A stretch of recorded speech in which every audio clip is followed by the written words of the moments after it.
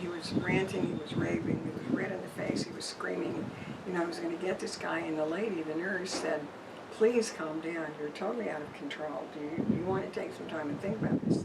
Please calm down." So anyway, he jumps out of the car. She drives off. So it's just Kleinert and Jackson at this point.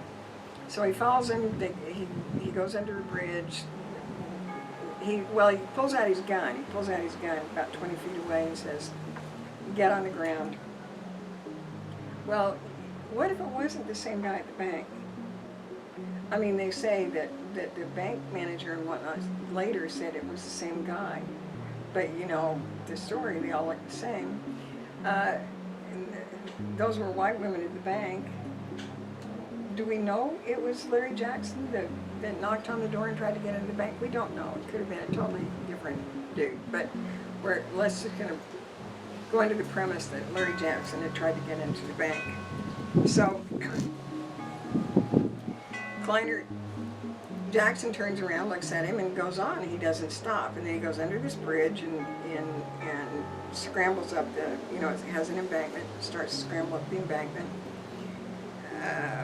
Kleinert still has his gun in his hand, says he doesn't have his finger on the trigger, and grabs him by the t-shirt, pulls him down, and his story is Jackson fell into him and knocked him down.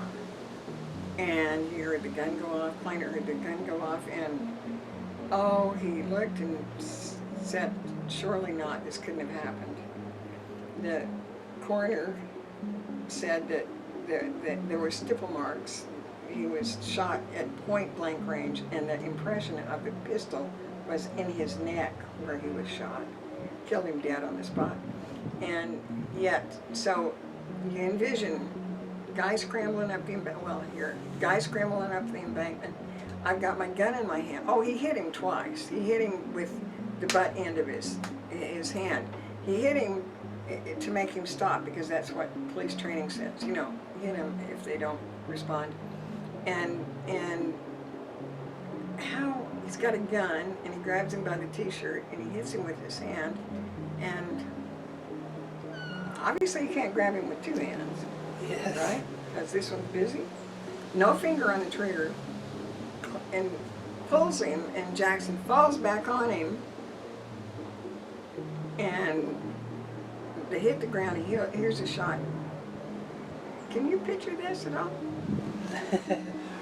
Well, I pictured... How did that gun get to the back of his neck?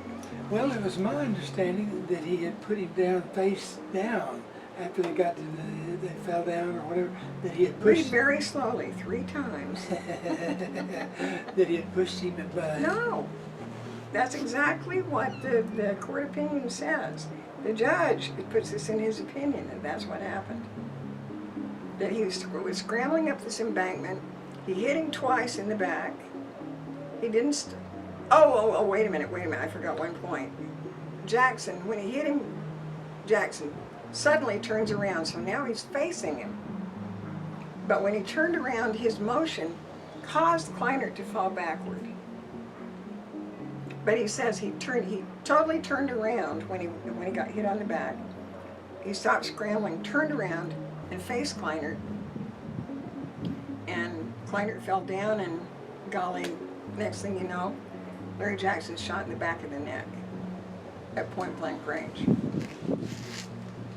Now, if Jackson had fallen on top of him, he turns around, he's facing him now, but the movement knocked Kleinert down, so Kleinert's falling, Jackson's this way.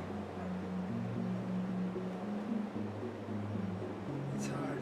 Tell me, doctor, Well, how did the guy get shot in the back of the neck under these circumstances? you know, sometime between when they started to fall, or even after when they hit the ground, I think there was a twisting, and he at that point had his gun in the back of his neck. That's the way I understood it. No, that's what the judge said. But he described exactly how this It happened. wasn't like that. Well, you figure it out. Why go into all the detail about it? He's scrambling up the bank. He hits him twice with the gun hand, and he turns around, faces him, causing him to fall over, And you got to the back of the neck how? Well, sometime during the fall, down the embankment, or even after he hit the ground. I guess I assumed that, well, it said, and that might have been the judge's words instead of something that was actually a fact being put out. But that's when I got that he got flipped. And, Well, that's exactly what it says in the opinion. It gives those circumstances, and it says that it was a mistake. And let me see, I don't have my finger on the trigger yet, and I'm facing a man who's falling face forward on me, but the dude gets shot in the back of the head with the gun barrel impression in the back of his neck. It never does. I've never been able to find an autopsy report that tells the angle that the bullet was that killed him. But I can tell you that the city of Austin paid immediately, well, within 6 months, paid $1.25 million to his 3 children, Larry Jackson's children, to his estranged wife. And there are 2 other suits. The father, they've settled one of those. The Larry Jackson's father and mother sued, and his current wife, he'd been married about 3 months. His current wife sued. So, and the city of Austin paid the parents. I don't know about the wife. But the man, I believe, murdered, executed Larry Jackson. I believe Kleiner executed him. I'll always believe that. And they tried to blacken Jackson's name. The first thing they did is man killed, felon, former robber, bad dude. They said he had been on check charges in Williamson County. Well, they used the wrong county because I can find those like that, look up anything, and no, there were none. They said that he'd tried to rob banks before. Not true. They put out all these stories for 2 days until they found a witness, and as soon as they found a witness, that just happened like towards the end of the weekend. On Monday, all that coverage went away. No more talking about, no more vilifying Larry Jackson as the victim, because you know, if a cop kills somebody, it's always the other guy's fault. He's had 14 traffic tickets, or you know, he's a scofflaw, and he deserved to die. So it was so bad that a grand jury in Travis County indicted him for, not for murder, which I believe it was, but for manslaughter. But this is the first one they'd ever done. And it has to be very, very serious when they indict a cop. So Kleiner got this very slick legal team, and they determined that it was a federal issue. So they asked it to be removed to federal court. It went to federal court. The federal court didn't remand it, didn't send it back to the state court. They said, no, we have jurisdiction because he was a federal officer. And then what Yackel says in his Judge Yackel says in his opinion is a federal officer can kill anybody anytime they want to if they see him breaking the law. And I well, okay, all right. So federal officers have special privileges. They can kill at will. But shouldn't they see you breaking the law? And then Yackel implied that Larry Jackson was up to no good when he tried to get into that bank. They always vilify the victim, and trust me, the city of Austin wouldn't have paid that money out very quickly because they investigated and they fired his ass, or he retired immediately. And Yackel goes on to say that he has a special desk at the FBI that he deals with him. What they have is an agreement. They have an interagency agreement called. It's a task force. So when a bank gets robbed in Austin, rather than send the feds out, which is their job, to investigate the bank robbery, because all banks are federal, with the exception of a few, the feds should investigate it, but they're too busy, or they're too important, or they're busy out there killing at will. I don't know. So the local law enforcement can do the investigation. That doesn't make him a fed. He retired on a City of Austin police retirement.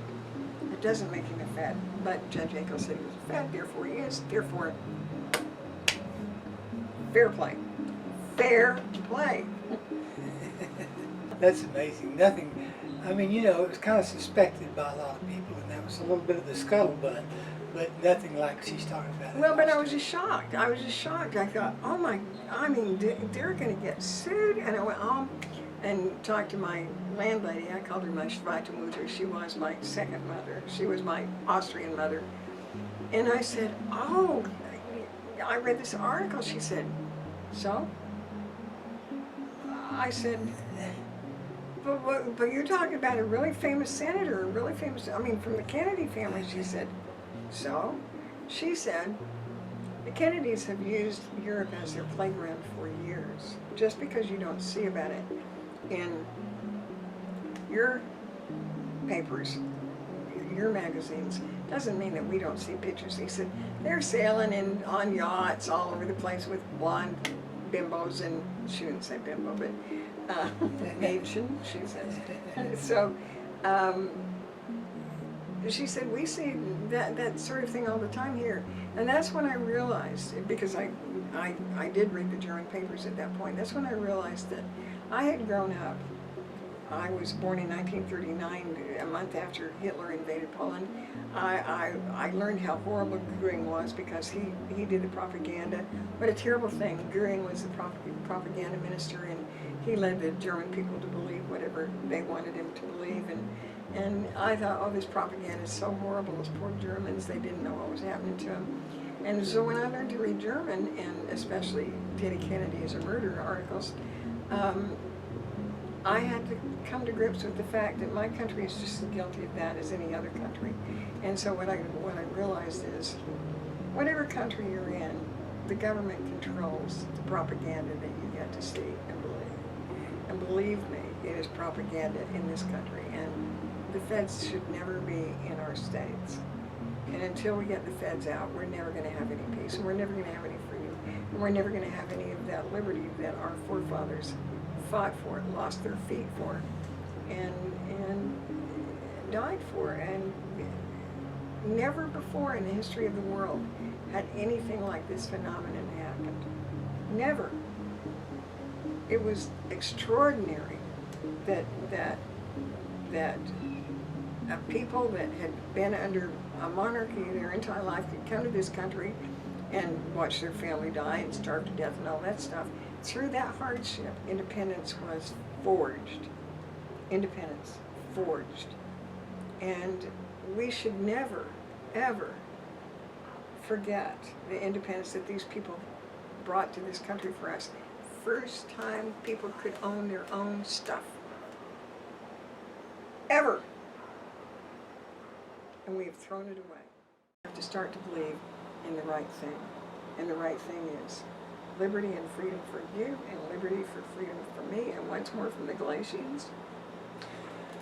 For the very purpose of liberty, Christ has set you free. This was Paul's letter to the church in Galatia. Galatia.